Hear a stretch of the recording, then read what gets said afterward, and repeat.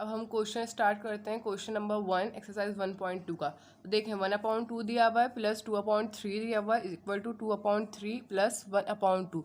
तो हम इसको ए कह देते हैं, इसको बी कह देते हैं। अब जब हम इक्वल टू के बाद पुट करेंगे तो बी की वैल्यू पहले आएगी, बी पहले आएगा, फिर देन क्या आएगा, ए आ जाएगा। तो A plus B equal to B plus A. कौन सी प्रॉपर्टी होती है, कम्यूटेटिव प्रॉपर्टी। जब आगे जाके वेरिएबल की जगह प्लेस हो जाती है, प्लेस चेंज हो जाती है, वो हमारी क्या होती है, कम्यूटेटिव। नीचे देखिए मैंने एग्जाम्पल दी है कि 2 + 4 है, फिर मैंने इक्वल टू के बाद क्या लिखा, 4 + 2 लिख दिया, जगह क्या कर दी, चेंज कर दी। तो ये हमारी क्या है, कम्यूटेटिव प्रॉपर्टी है। अब हम आते हैं सेकंड क्वेश्चन पे। सेकंड वाली क्वेश्चन हमारा क्या होता है, 4/3 दिया हुआ, इसको मैंने क्या कह दिया, ए कह दिया, इसको बी कह दिया, इसको सी कह दिया। अब मैं पुट करूँ, सॉल्व करूँ इसको, A plus B plus C equal to के बाद 4/3 किसकी वैल्यू होती है, ए की वैल्यू। तो ए अंदर लेंगे ब्रैकेट के, प्लस 1/3 किसकी थी, बी की वैल्यू ब्रैकेट के अंदर, प्लस 2/3 किसको बोला था मैंने, सी को बोला था, सी बाहर हो गए। तो मैंने क्या बोला था, जब पहले ए यानी कोई भी वेरिएबल एक बाहर हो, लेकिन सेकंड में क्या हो, इक्वल टू के बाद वो वेरिएबल अंदर हो जाए, दूसरा वेरिएबल बाहर चला जाए। तो ये कौन सी प्रॉपर्टी होती है हमारी, एसोसिएटिव प्रॉपर्टी होती है हमारी ये। कम्यूटेटिव कौन सी प्रॉपर्टी थी, कि जब वेरिएबल की जगह या नंबर की जगह क्या होती है, रिप्लेस हो जाती है। और एसोसिएटिव कौन सी प्रॉपर्टी होती है, उसमें जो वेरिएबल इक्वल टू से पहले अंदर होता है, लेकिन इक्वल टू के बाद क्या होता है, बाहर चला जाता है। स्टूडेंट क्वेश्चन नंबर 3 हम स्टार्ट कर रहे हैं। तो क्वेश्चन नंबर 3 हमारा देखें, 9 है, 9 को हमने ए कह दिया, 10/9 को बी कह दिया, 20/9 को हमने क्या कह दिया, सी कह दिया। ए बी सी तीनों वैल्यूज़ हमने पुट कर दिए। देन अब हम इसे सॉल्व करेंगे।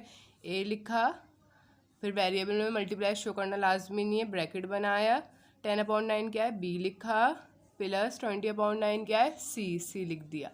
ओके, इक्वल टू 9 को हमने क्या बोला था, ए, तो हम क्या लिखेंगे ब्रैकेट में, ए, वेरिएबल में मल्टीप्लाई शो करना लाजमी नहीं है, 10/9 हमने क्या बोला था कि ये बी है, बी लिखा, फिर प्लस का साइन लगाया है। 9 को क्या कहा था, 9 को ए कहा था, तो ए लिखा, मल्टीप्लाई शो करना लाजमी नहीं, तो 20/9 क्या था, सी लिखा।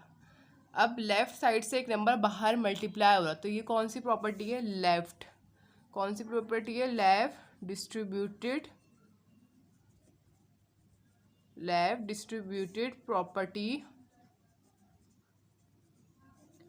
Of multiplication. क्योंकि लेफ्ट साइड से नंबर बाहर मल्टीप्लाई हो रहा है, वेरिएबल बाहर मल्टीप्लाई हो रहा है, और बीच में ब्रैकेट में जो साइन हो रहा है वो लिखेंगे, अगर माइनस आ रहा तो ओवर सब्ट्रैक्शन, लेकिन यहाँ एडिशन आ रहा है तो हम क्या लिखेंगे, ओवर एडिशन। ओके बच्चों, कि लेफ्ट साइड से बाहर नंबर मल्टीप्लाई या वेरिएबल मल्टीप्लाई हो रहा है, तो ये क्या है, left distributed property of multiplication, और बीच में जो साइन आ रहा है वो लिखा जाएगा ओवर एडिशन। अब हम करते हैं क्वेश्चन नंबर 4।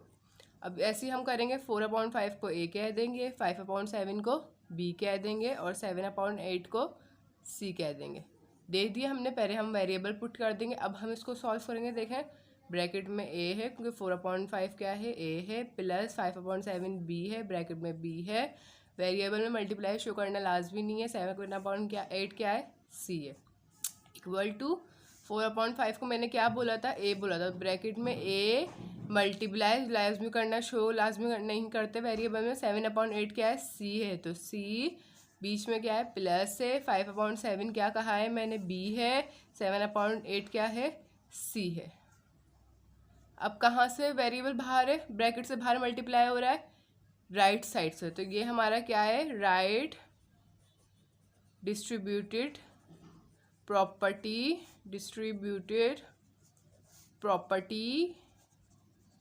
Of multiplication. अब बीच में कौन सा साइन आ रहा है ब्रैकेट के, जो हम लगाएंगे, ओवर क्या आ रही है, एडिशन, तो हम क्या लिखेंगे, over addition. I hope so ये बात आपको समझ में आई होगी कि जो लेफ्ट साइड से वेरिएबल बाहर मल्टीप्लाई हो रहा था वो लेफ्ट डिस्ट्रीब्यूटेड प्रॉपर्टी होती है, और जो राइट साइड से बाहर मल्टीप्लाई होता है वो राइट डिस्ट्रीब्यूटेड प्रॉपर्टी होती है। वहाँ क्या हो रहा था, ए बाहर हो रहा था, ए बाहर मल्टीप्लाई हो रहा था, तो वो क्या था, लेफ्ट साइड हो रहा था। अब यहाँ ब्रैकेट से बाहर कहाँ है वेरिएबल, राइट साइड है, तो ये कौन सी प्रॉपर्टी है, राइट डिस्ट्रीब्यूटेड प्रॉपर्टी। अब हम करेंगे क्वेश्चन नंबर 5। सबसे पहला काम जो मैंने आपको बताया कि आपको क्या करना है, वेरिएबल पुट करने, ए बी सी। ये सबसे इजी ट्रिक है इसको सॉल्व करने की। जब हम वेरिएबल पुट कर देते हैं तो हमारे लिए इजी हो जाता है ये क्वेश्चन सॉल्व करना।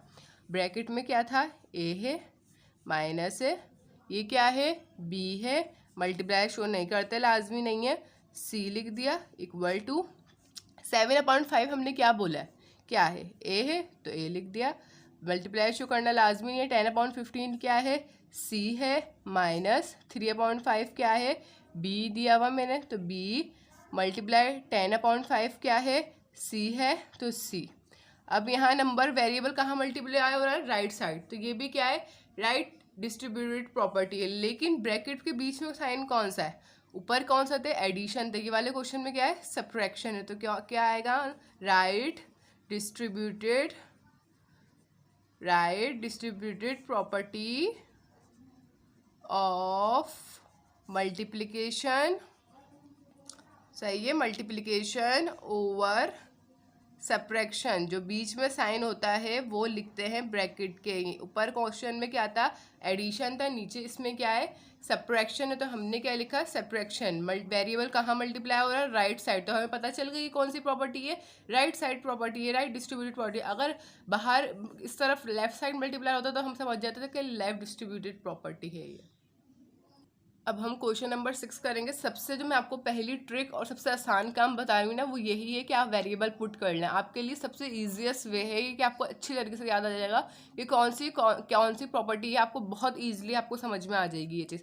तो वही करते हैं हम काम, ए बी डी सी हमने क्या बोला, ए है भाई, मल्टीप्लाई ई एफ हमने क्या बोला, बी है, इक्वल टू, इसके बाद हमने क्या बोला कि ई एफ हमारा क्या था, ई एफ हमारा बी था, तो बी आ गया, मल्टीप्लाई डी सी हमारा क्या था, डी सी हमने किसको नाम दिया था, ए को दिया था, तो ये हमारा ए आ गया। अब ये प्रॉपर्टी हमें देखी देखी लग रही है, हमने पीछे सॉल्व करी है ना, लेकिन सिर्फ क्या चेंजिंग है, साइन की चेंजिंग है बीच में, लेकिन है ये है तो वही प्रॉपर्टी कि हमने क्या चेंज करा, वेरिएबल की प्लेसमेंट, वेरिएबल की जगह चेंज हुई है। तो कौन सी प्रॉपर्टी होती है, वो कम्यूटेटिव प्रॉपर्टी होती है। लेकिन अगर बीच में साइन चेंज हुआ है तो हम उस साइन के बारे में लिखेंगे कम्यूटेटिव प्रॉपर्टी ओवर मल्टीप्लिकेशन। क्यों, क्योंकि वहाँ क्या था, एडिशन था, यहाँ क्या है, मल्टीप्लिकेशन है, लेकिन है ये वही प्रॉपर्टी, सिर्फ बीच में क्या हुआ, साइन चेंज हो गया। अब हम इसका करेंगे क्वेश्चन नंबर 7। ये भी बहुत आसान है, ये भी आपका देखा देखा क्वेश्चन है, आपको समझ में आ जाएगा जब मैं वेरिएबल पुट करूँगी। 11 को बोला ए, 15 बी और 21 सी। ओके, हमने वेरिएबल पुट कर दिया। अब हम सॉल्व करें, ए मल्टीप्लाई शो करना लाजमी नहीं है, ब्रैकेट 15 क्या बोला, बी मल्टीप्लाई 21 किसको बोला, सी को, तो सी आ गया, इज इक्वल टू, फिर हम इस तरफ सॉल्व करेंगे, हमने 11 किसको कहा था, ए को, तो ए मल्टीप्लाई ये 15 हमने किसको कहा था, बी को, बी और बाहर क्या आएगा 21 सी। सही है, ये कौन सी प्रॉपर्टी के, एक इस तरफ वेरिएबल एक बाहर है लेकिन दूसरी तरफ दूसरा वेरिएबल बाहर है, ये आपकी देखी हुई प्रॉपर्टी, आपने समझी है ये पहले, ये है एसोसिएटिव प्रॉपर्टी। लेकिन वही बात है कि बीच में कौन सा साइन है, मल्टीप्लिकेशन, तो हम लिखेंगे एसोसिएटिव प्रॉपर्टी ओवर मल्टीप्लिकेशन। पहले हमने कौन सी करी थी इसकी प्रॉपर्टी, हमने वो थी एडिशन वाली, अब ये कौन सी वाली है, ओवर मल्टीप्लिकेशन वाली। अब है क्वेश्चन नंबर 8। क्वेश्चन नंबर 8 कौन सी प्रॉपर्टी होती है, क्वेश्चन नंबर 8 हमारी प्रॉपर्टी है, अगर आपको प्रॉपर्टीज याद हो मैं एक दफ़ा आपको पेज रिमाइंड करवाती हूँ। देखें, जो ज़ीरो आंसर आता है जिसका, वो हमारी कौन सी प्रॉपर्टी होती है, एडिटिव इन्वर्स होता है। जब जिसका आंसर हमारे पास जीरो आया वो कौन सी प्रॉपर्टी होती है, एडिटिव इन्वर्स, और जिसका आंसर 1 आया वो मैं यहाँ शो करना भूल गई, लेकिन वो मल्टीप्लिकेटिव इन्वर्स प्रॉपर्टी होती है। ये चीज़ हमें याद होनी चाहिए कि जिसका आंसर 1 आता है वो मल्टीप्लिकेटिव इन्वर्स होता है, और जिसका आंसर 0 आता है वो एडिटिव इन्वर्स प्रॉपर्टी होती है। अब देखें, 11 से कैंसिल, 2 से कैंसिल, 11 से कैंसिल, 2 से कैंसिल, तो इसका आंसर 1 ही आएगा ना, और 1 ही आया हुआ है, तो ये कौन सी प्रॉपर्टी हो, जिसका आंसर 1 आता है वो कौन सी प्रॉपर्टी होती है, वो हमारी होती है मल्टीप्लिकेटिव इनवर्स। ओके, ये बात आपको याद होनी चाहिए कि जिसका आंसर हमारे पास 1 आए वो कौन सी प्रॉपर्टी है, वो मल्टीप्लिकेटिव इनवर्स प्रॉपर्टी है। ओके, क्वेश्चन नंबर 9 है जिसका आंसर 0 आता है। आप देखें 3 5 प्लस का है, माइनस करेंगे 3 5 से तो 0 ही आएगा। 3 5 माइनस का प्लस 3 5 से करूँगी तो भी 0 आएगा। तो ये कौन सी प्रॉपर्टी है हमारे पास, एडिटिव इनवर्स। कौन सी प्रॉपर्टी होती है, एडिटिव इनवर्स प्रॉपर्टी। जिसका आंसर 1 आए वो मल्टीप्लिकेटिव इनवर्स, जिसका आंसर 0 आए वो एडिटिव इनवर्स। क्वेश्चन नंबर 10 है, इसका आंसर क्या आ रहा है, 1 आ रहा है। तो यहीं आप पहचान जाओगे कौन सी प्रॉपर्टी, ये हमारी मल्टीप्लिकेटिव प्रॉपर्टी है। कौन सी प्रॉपर्टी है, ये हमारी मल्टीप्लिकेटिव प्रॉपर्टी है, मल्टीप्लिकेटिव इनवर्स प्रॉपर्टी है। जिसका आंसर 1 आए वो मल्टीप्लिकेटिव, जिसका आंसर 0 आए वो हमारी एडिटिव इनवर्स प्रॉपर्टी है। आई होप सो आपको समझ में आया होगा, ये सारी प्रॉपर्टी अच्छे से आपका कॉन्सेप्ट क्लियर हुआ। मैंने अपनी पूरी कोशिश करी है कि मैं आपको समझा सकूं बहुत ही ईजी वे। सबसे इसका ईजी वे ये है कि आप उसको वेरिएबल दो ABC, फिर आप उसको सॉल्व करो, आपको बहुत बहुत आसानी होगी ऐसे समझने में। अब एक्सरसाइज 1.2 का क्वेश्चन नंबर 1 जो है वो मैंने आपको समझा दिया। अब इंशाल्लाह नेक्स्ट वीडियो में क्वेश्चन नंबर 2 के साथ आपसे मुलाकात होगी। अब आपको ये जो क्वेश्चन है ये समझ में आया नहीं आया, अब ये आपको कॉन्सेप्ट क्लियर हुआ, ये बात आप मुझे बताएं कमेंट्स में। और मैं ये चाहूँगी कि आप मेरे चैनल को सब्सक्राइब करें, मुझे सपोर्ट करें ताकि मैं आगे अच्छी अच्छी वीडियोस बनाऊं। मकसद मेरा सिर्फ ये है वीडियोस बनाने का कि जो चीज़ मुझे आती है वो मैं आगे लोगों तक शेयर करूँ, मैं कोशिश करूँ बच्चों को समझा सकूँ। थोड़ा मुश्किल होता है ऐसे वीडियो में समझाना, क्योंकि आप जब टीचिंग प्रोफेशन में होते हैं तो फेस टू फेस समझाना आपके लिए आसान होता है, आपको पता चलता है बच्चे को समझ में आ रहा है नहीं आ रहा है फेस एक्सप्रेशन से।